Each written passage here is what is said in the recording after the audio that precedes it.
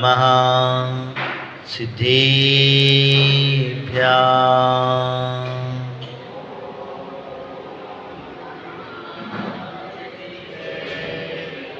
ॐ नमः सिद्धिभ्याम्।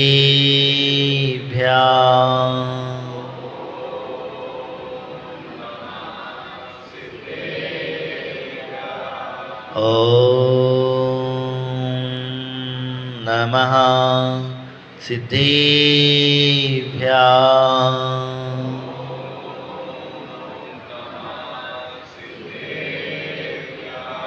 बलदेव देवी खजल श्री आदिनाथ भगवान की, मूल नायक श्री पासनाथ भगवान की, शासन नायक श्री महावीर भगवान की, चारित्र चक्रवर्ती प्रथमाचार्य शांति सागर जी महाराज की, आचार्य भगवान श्री विपुल सागर जी महाराज की, द्वादशांग निर्माणी माता की,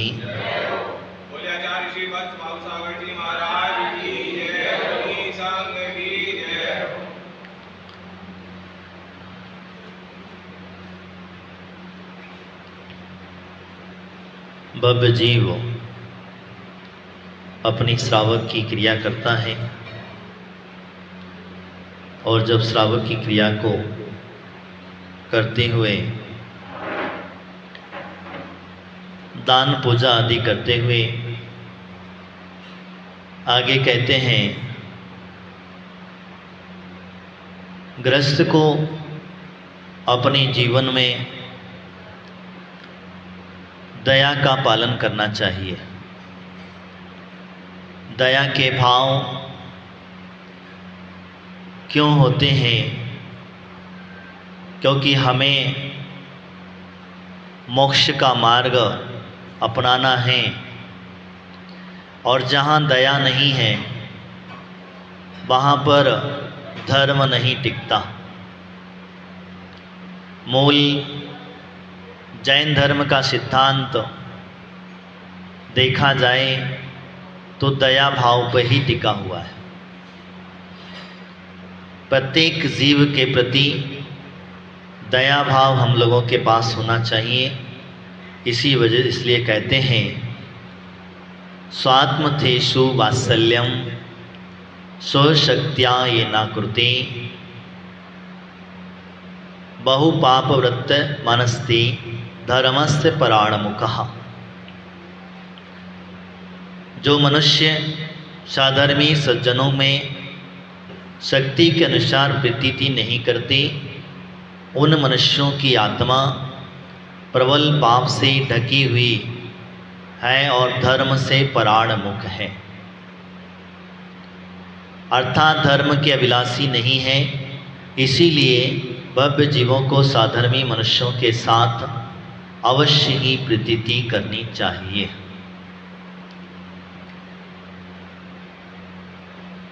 यहाँ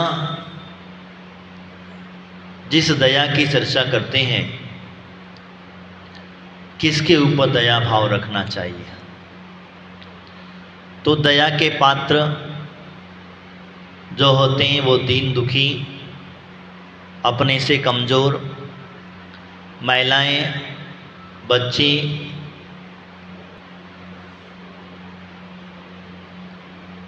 क्योंकि सज्जनों का प्रतीति जिस प्रकार से कहा जाता है कि एक गाय के बछड़े के प्रति जो वात्सल्य भाव होता है, जो प्रीति होती है, बस वैसी ही होना चाहिए। कब तक? जब तक वो अपने पैरों पर खड़ा नहीं हो जाता है तब तक। एक पिता अपने बच्चे के प्रति भी दया भाव रखता है। कब तक रखता है? जब तक वह बच्चा अपने पैर पर खड़ा नहीं होता तब तक के लिए वो दया भाव उसके मन में होता है। इसीलिए वो बच्चे को पढ़ाता है, इस लायक बनाता है, व्यापार आदि सिखाता है, सब कुछ सिखाता है, अनेक प्रकार की शिक्षाएं देता है, जिससे वो उस अपने पैर पर खड़ा हो जाए। और जब पैर पर खड़ा हो जाता है तब उसे उसके ऊपर छोड़ देना चाहिए। अगर तुमने अपना अधिकार जमा करके रखा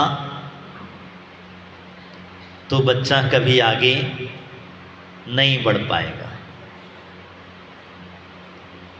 कोई भी व्यक्ति हो,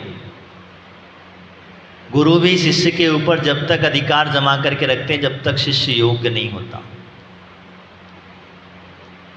तब तक उसे पूर्ण शिक्षा देते हैं।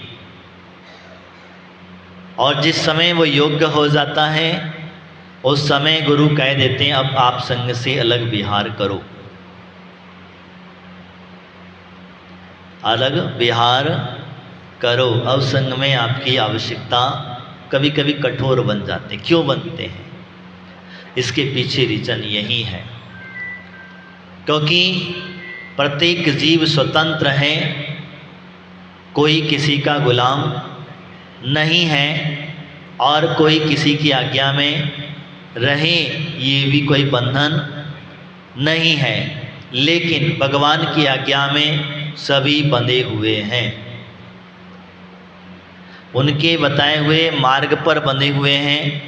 आज हम लोग जितना भी स्वतंत्रता की चर्चा करते हैं, घर में, परिवार में, सब जगह पर जो झगड़े होते हैं वो उसी के कारण होते हैं, क्योंकि बड़े लोग अपनी गद्दी छोड़ना नहीं चाहते और छोटे लोगों को छुड़ाना चाहते हैं कि तुम छोड़ो, अब रिटायर हो गए, अब तो बंद करो, उम्र हो गई है अब आपकी, अब आपको क्या लेना देना है, अब तो कम से कम छोड़ दो, अब धर्म ध्यान करो, भगवान की भक्ति का आराधना करो, अब तुम्हारा समय उसका है, घर संभालने का समय, और तुम जबरदस्ती पकड़ कर बैठे रहोगे तो वही होना है। सासू बहू के लिए चाबी ना दे, सासू घर की चाबी बहू के लिए ना दे, बंधनों में बांध करके रखी तो क्या होने वाला है? घर की व्यवस्था बिगड़ जाएगी। इसी प्रकार से हमारे आचार्य भगवंत कहते हैं कि आप जीव दया का पालन करो, आप स्वतंत्र हैं और आपको किस लिए करना है? आपके कर्मों के बंधनों से बचने के लिए, क्योंकि आप अधिकता में किसी जीव को पीड़ित करोगे, प्रताड़ित करोगे तो वो कर्म बनेंगे या छूटेंगे? छूटेंगे कि बनेंगे? बनेंगे। हम जितना जितना बंधन में बांधते चले जाएंगे, इसीलिए यहाँ पर उनको कहना पड़ा कि सज्जन को अपनी शक्ति के अनुसार प्रीति करनी चाहिए। जहाँ शक्ति की आवश्यकता है वहाँ शक्ति करो, लेकिन जहाँ प्रीति की आवश्यकता है वहाँ प्रीति करना ही चाहिए। आज हम लोग भारत की स्वतंत्रता का आनंद मनाते हैं, खुशी मनाते हैं, लेकिन क्या कभी आपने अंतर बैठी हुई आत्मा को स्वतंत्र करने के विचार बनाए? बाहर की खुशियां तो हम मनाते हैं, उन अंग्रेजों से, उन मुगलों से, न जाने किन किन लोगों से लड़ लड़ करके हमने अपना देश तो स्वतंत्र करा लिया, लेकिन कभी अपने उस आत्मा को स्वतंत्र कराने का विचार नहीं किया। उससे अनादि काल से हम लोग लड़ते आ रहे हैं, और लड़ने के लिए हम कहाँ लड़ रहे? कुछ नहीं लड़ रहे, जो जैसा कहता वैसा ढल जाते हैं। मोहिनी कर्म ने कहा मोह कर लो, लड़ गया। दर्शनावणी कर्म ने कहा दर्शन मत करो, नहीं करे।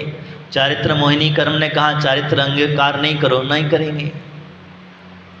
वेदनी कर्म ने कहा वेदन हो गई, आपको वेदन चाह, मुझे वेदना हो रही है।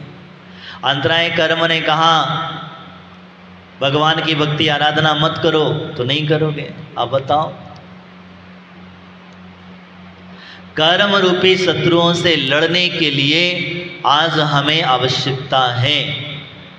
बाहर लड़ने वाले तो बहुत हैं और उन्होंने आकर के हम खुशियों में खुशी मनाते हैं, लेकिन आज वर्तमान के युग में अगर हमने अपने कर्म शत्रुओं को अलग कर लिया तो उस दिन तुम्हारा खुशी का दिन होगा, और वो खुशी तुम अकेले नहीं मनाओगे। आप विचार करना, वो खुशी को मनाने के लिए स्वर्ग के देवता आपके पास आएंगे। बोलेंगे कैसे? स्वर्ग के देवता खींचे चले आएंगे। आपको मनाने की आवश्यकता नहीं है, एक दो लोग नहीं मनाएंगे। अनुज जी ध्यान रखना, आज आपका जन्मदिन है। शरीर का जन्म हुआ कि आत्मा का? हाँ, शरीर का हुआ ना। हाँ, तो ये जन्म मरण जो भी होता है किसका? नहीं, ये भी नहीं। हाँ, पुद्गल का तो जन्म होता ही नहीं है ना। आत्मा का जन्म होता है ना पुद्गल का जन्म होता है, दोनों भी शाश्वत है।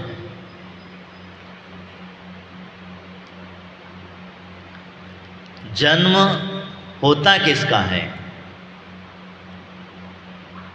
किसी का ही नहीं होता, बस परिवर्तन होता है। एक वस्त्र सुबह पहना, एक दोपहर को पहन लिया, एक शाम को पहन लिया, रात में सोते समय और दूसरा पहन लिया।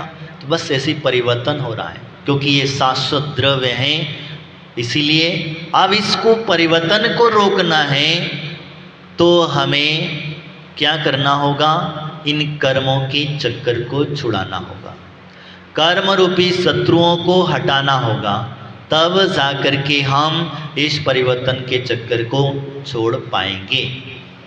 आज हम धीरे धीरे करके, भले ही हम कहते हैं आज़ाद हैं, इस भारत देश में आज़ाद कोई घूम नहीं सकता। घूम सकते क्या बताओ?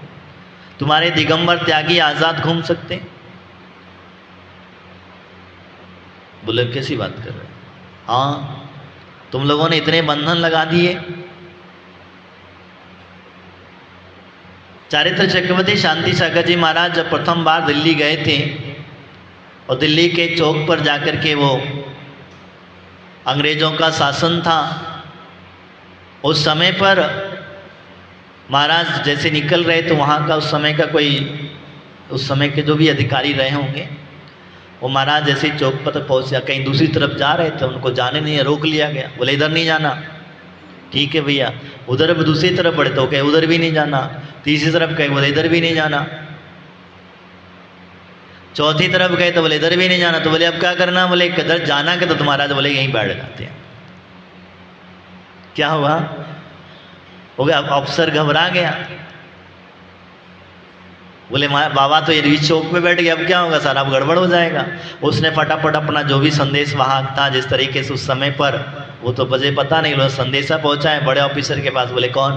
तो पता चला उसने और ऊपर पहुंचाया। बोले ऐसी ऐसी बात है। तब ऊपर पहुंचा, ऊपर जब पहुंचा संदेशा, तब ने कहा बोले एक नग्न त्यागी दिव्यव्रती जिसको कहा जाता है, साधु है। बोले अरे भैया उसे कहीं ना रोको।